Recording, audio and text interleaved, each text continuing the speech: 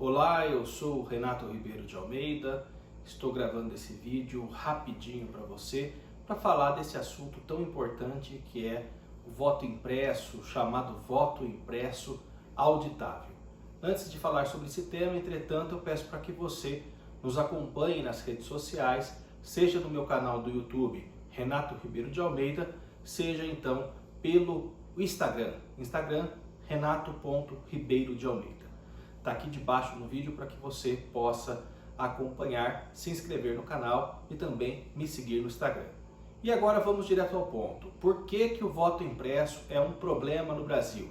São vários motivos, eu vou colocar apenas alguns para que vocês conheçam esses motivos melhor. Primeiro grande motivo para a gente não ter o voto impresso, porque custa dinheiro. Por que custa dinheiro? Porque para você comprar um equipamento como esse, uma impressora no Brasil, vai mais de R$1 bilhão. Então o primeiro interesse é econômico. E a gente, no meio de uma pandemia, com gente passando fome, não é o momento de gastar com isso. Segundo ponto importante, se você tem uma linha de produção qualquer, produzindo celular, produzindo carro, produzindo avião, vai ter problema em determinado equipamento. Quanto mais complexo é o equipamento, mais problema você vai ter. E qual que é a grande sacada da urna eletrônica? É justamente por ser um equipamento extremamente simples, ela dá menos problema. Uma eleição pela outra, cerca de 0,5% de problema. Então, cerca de 0,5% é aquela urna que dá problema e daí a Justiça Eleitoral faz a reposição por uma outra urna, já contabiliza esses votos que foram recebidos, então ninguém deixa de votar, ninguém deixa de ter o voto contabilizado e é assim que funciona. Se você tem um equipamento mais complexo, com acesso à internet, com grandes coisas, isso vai dar uma taxa de problema muito maior. Lembrando que a urna eletrônica é um equipamento que você utiliza no Brasil, em São Paulo, no Rio de Janeiro, nas capitais em geral, mas também em todos os lugares do país, mais de 5 mil municípios. Ou seja, tem lugares que você bem sabe que a energia elétrica ainda é precária. E mesmo assim se faz o uso da urna eletrônica.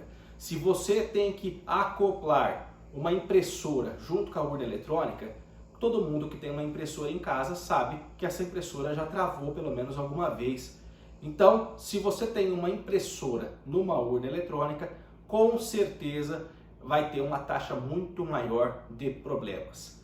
Dando problema, Brasil afora, você desacredita as eleições. Quanto mais simples é o equipamento, melhor. Ponto final, resolvemos essa questão? Temos um outro assunto também importante. Por quê? Se alguém vai lá, aperta num candidato e fala que a urna está apresentando a impressão de outro candidato, a pessoa pode estar mal intencionada. Isso vai gerar um problemão nas eleições. E é pior ainda, imagine se esse sujeito pega, tira a foto do comprovante ou então leva esse comprovante para casa, porque tem também a opção, tem gente que fala em levar o comprovante para casa. É pior ainda, porque você está recriando no país e institucionalizando, provando a compra de voto. Mesmo que o sujeito tire uma foto do comprovante, ele vota, o voto é secreto, inviolável, daí ele tira uma foto do comprovante e mostra lá para o candidato que comprou o voto dele. Você tem alguma dúvida que no Brasil, enorme e contraditório que nós temos, isso vai acontecer? Então, por isso que o voto impresso também não é uma opção. E nós temos auditorias feitas sistematicamente pela Justiça Eleitoral. É simplório, é ignorante quem diz que a auditoria é apenas a conferência manual de votos. Não é isso, você tem auditoria eletrônica. Ué, se você faz um Pix, se você faz uma transferência de valores pela sua conta bancária, quer dizer que isso não pode ser rastreável? Se nós temos os processos judiciais eletrônicos no Brasil inteiro, a maior parte dos processos já são eletrônicos. Quer dizer que não dá para ver quem peticionou, o que peticionou, não é rastreável? Assim também é a urna eletrônica. Há vários processos, há várias barreiras eletrônicas que você consegue rastrear quem fez determinada ação. E daí determinada ação você consegue descobrir se alguém tentou eventualmente violar. E é bom lembrar, a Justiça Eleitoral ela é composta por servidores concursados, por magistrados, ela também é fiscalizada pela OAB, pelo Ministério Público Eleitoral, Ministério Público Federal, Polícia Civil, Polícia Federal, tem um monte de gente envolvida na logística dessas urnas. Você acha que para se fazer uma alteração, uma violação nas eleições, quantas pessoas de diferentes órgãos deveriam ser mobilizados para atuar nesse crime? E nós tivemos, é sempre bom e importante lembrar que nós tivemos alternância de poder. Lula passou a faixa presidencial para sua sucessora Dilma, depois sofreu impeachment, Bolsonaro assumiu o mandato porque venceu as eleições.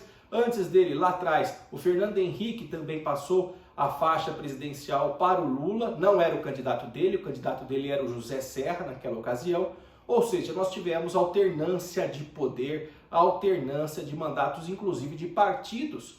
Isso comprova em nível municipal, nível estadual e nível federal que houve eleição, e essa eleição, em todas essas situações, foram justas, perfeitamente condizentes com a legislação e com aquilo que foi apurado. É muito mais perigoso você colocar num ginásio de esportes pessoas da comunidade apurando esse voto com uma caneta na mão, podendo de repente ir lá e votar por alguém que votou em branco ou alguém que votou num candidato e você vai lá e rasura isso. É muito mais perigoso, abre-se muito mais brecha do que um mecanismo sem a participação, sem a interferência humana.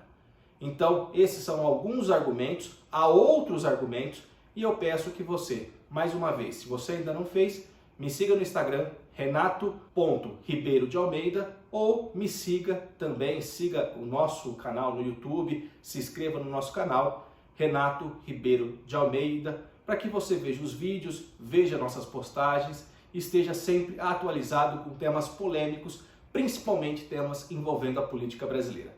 Muito obrigado e até o próximo vídeo.